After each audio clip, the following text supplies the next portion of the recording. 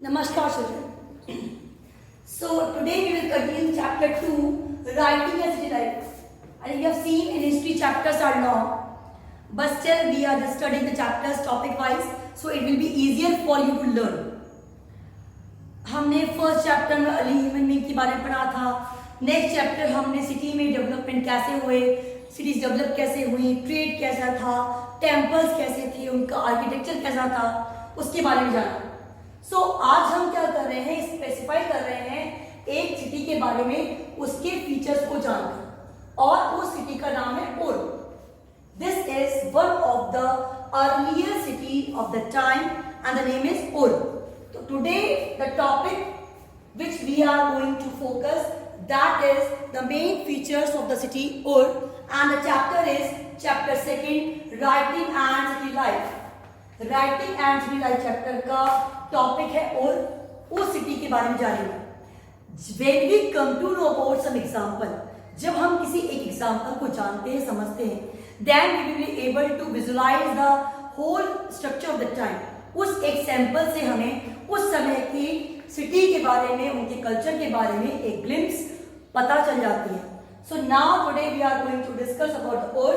Let's see. Town with ordinary houses systematically excavated in 1930.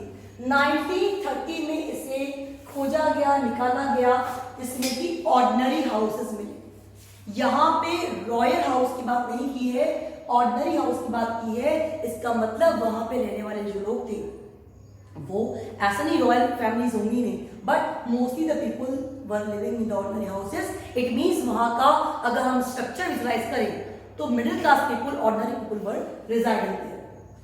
Number 2, narrow winding streets wheeled car could not have reached in many houses. और वहां की अगर हम streets देखें, आप अगर जयपुर में भी कई जगह हम देखें तो बहुत नैरो स्ट्रीट होती है, तो छोटी जो पतली गली होती है वहां पे बड़ी गाड़ियों का मूव करना पॉसिबल नहीं हो पाता. ऐसा ही और में देखा हमने कि narrow winding streets for there where wheeled car, जहां पे पहिए वाली गाड़ी का जाना, कई घरों तक पहुंचना मुश्किल था. तो गलियां कैसी थी? बहुत पतली थी और उसमें स्पेस बहुत कम था, जिसमें व्हील्ड कार का जाना बहुत मुश्किल था. जो गाड़ी जिसको पहिए हो वो गाड़ी कई घरों तक नहीं पहुंच पाती. अब वहां तक सामान कैसे जाए? तो ऐसा एस्टिमेट किया गया कि sets of grain and fuel wood, ये जो बेसिक चीजें थी, जरूरी चीजें, ग्रेन है, अनाज है, या फिर आपका फ्यूल वुड है, लकड़ी है, उसको घर तक पहुंचाने के लिए क्या करते थे वो? डंकी बैग, डंकी का यूज करते थे उन सामानों को जो बहुत जरूरी है. आपने देखा डंकी जो है वो पहाड़ों पर भी कई तरह से इजीली वहां पहुंच जाता है. अगर आप हिली एरिया में गए हो तो सामान ले जाने के लिए जो पिट्ठूज होते हैं उनके थ्रू डंकी है, उनको ऊपर तक सामान को लिफ्ट करने के लिए, लोगों को लिफ्ट करने के लिए जाते हैं. सो इस तरह से जो डंकी थे उनके थ्रू सामान को जो बेसिक नीड का था, चाहे वो ग्रेन हो, फ्यूल वुड हो, जो कि ऑर्डिनरी घर की रिक्वायरमेंट है, उसको पहुंचाया जाता था. The next one, narrow winding streets and irregular shapes of houses were showing the absence of planning. अब जब किसी भी घर का आर्किटेक्चर बनता है तो एक मैप बनता है.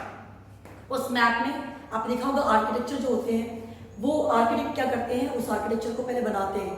अगर हम किसी घर को फ्रेम करने जा रहे हैं तो ये आपका ड्राइंग रूम होगा, ये बेडरूम होगा, या किचन होगा, ये बाथरूम होगा, ये स्टोर होगा, उन सब चीजों को पहले प्लान कर लेते हैं, जिससे कि हमें उन एरियाज के प्रॉपर एग्जिट और एंट्री का पता चले और वेंटिलेशन का पता चले. सो हेयर जो छोटी गलियां थी वो ये बता रही थी कि वो जो सिटी थी वो प्लान्ड नहीं थी, किसी भी तरह की प्लानिंग वहां पे नहीं हुई थी. No street drain as Mesopotamia was having.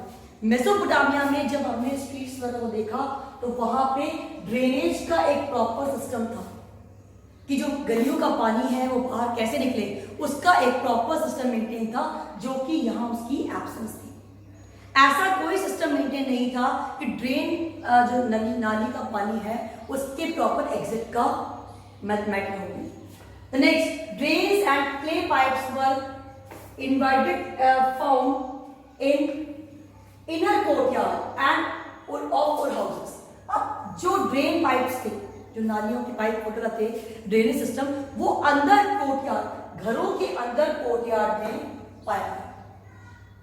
एक और चीज वहां देखेंगे जो आज भी हमारे रिलेवेंट है, rain water harvesting system. It was the earlier city, but that time also rain water harvesting system was existing at that time.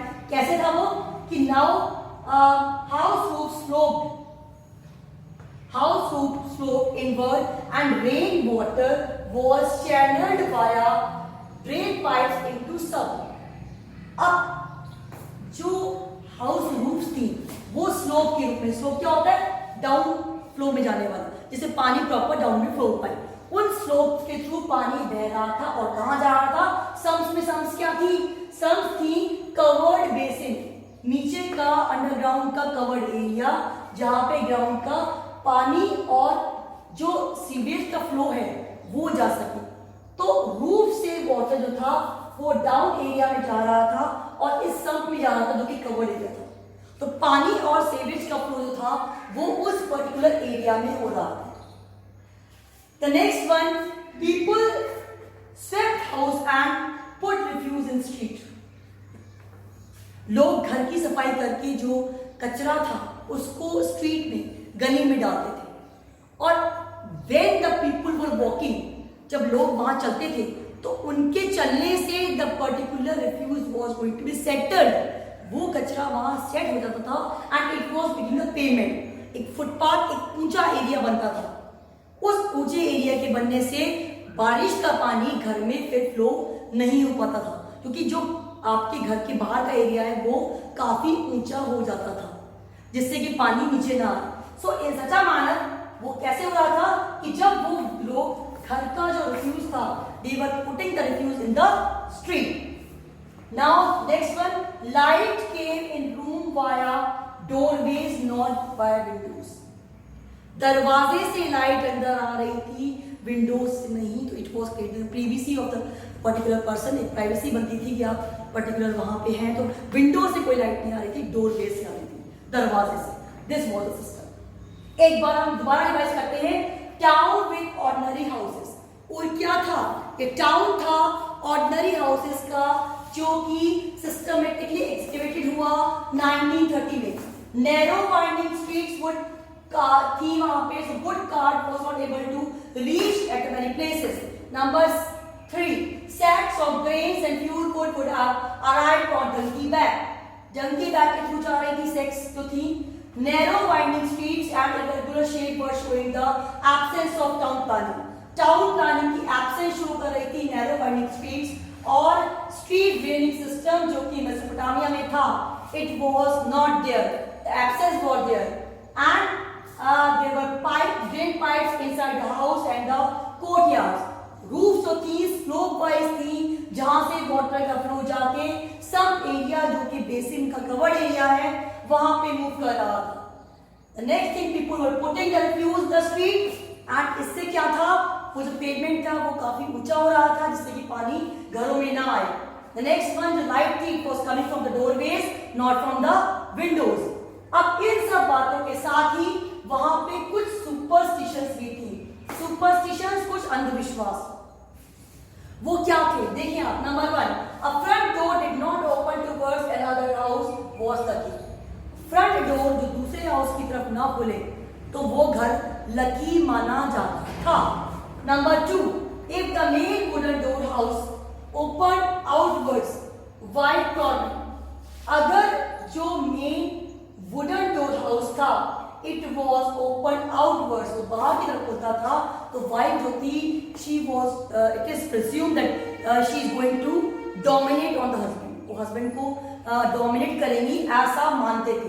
कब होता था, if the main wooden door, अगर main wooden door of house which was open to the outwards, जो बाहर की तरफ खुलता था, the wife is going to be torment to the husband.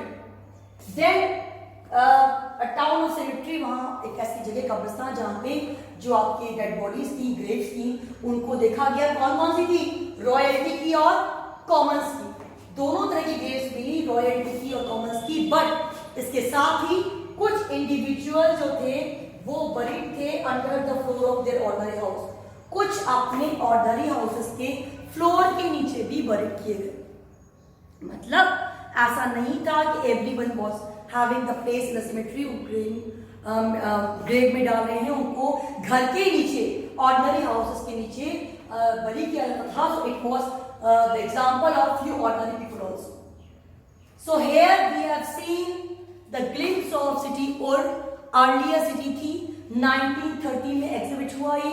इसके अलावा मेन चीजों ने क्या देखी, ये प्रॉपर प्लानिंग यहाँ नहीं थी, स्ट्रीट्स थी वो नैरो वाइंडिंग थी, तो कार्ट वुडन जो की व्हील कार्ट थी, it was not possible for that to reach there. Donkey bag पे ग्रेन और आपका जो नेसेसरी सामान था, fuel wood, it was reaching to the houses. अगर हम घर में देखें तो घर में तो ड्रेनिंग सिस्टम था, बस स्ट्रीट्स पे ड्रेनिंग सिस्टम नहीं था। People were putting the refuse out of the house, और वहां पे जब लोग चलते थे उससे वो रिफ्यूज सेट होता था, तो वो पेमेंट थोड़ा सा ऊंचा हो रहा था, जिससे कि वो घर में जो वेस्ट है, ये पानी है, वो अंदर ना आए। इसके साइड जो लाइट थी, लाइट जो थी कहां से आ रही थी, वो डोरवे से, ना कि विंडो से।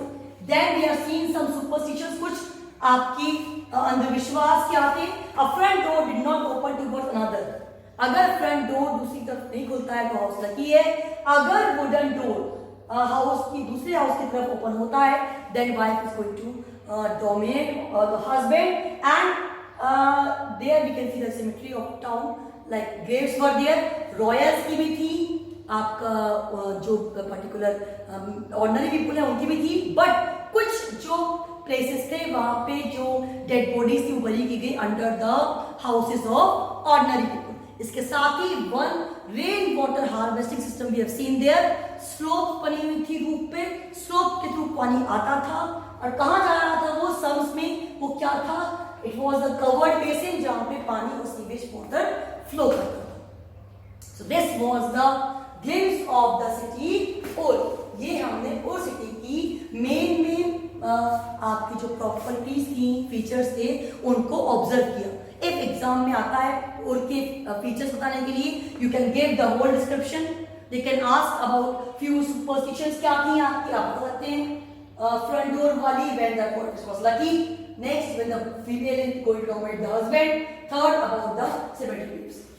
Then, if they are asking about one more question from the sum, you can tell about the covered basin. So these were the things which were seen in the city of Ur. Ultimately, when I am going to send the topic, I will send the pictures of Ur and the videos of that, so that you can see कि कैसे उस जगह के particular remains हमें मिले हैं. So we will be able to know about the structure and particular functioning of the city. वो आप देखिएगा. Question I am going to send you in the WhatsApp group that you need to solve in your history notebook. Do revise the topic. Do read the topic from the NCERT. So easily you will be able to understand things. So that's all for today. Don't forget to revise. Thank you so much.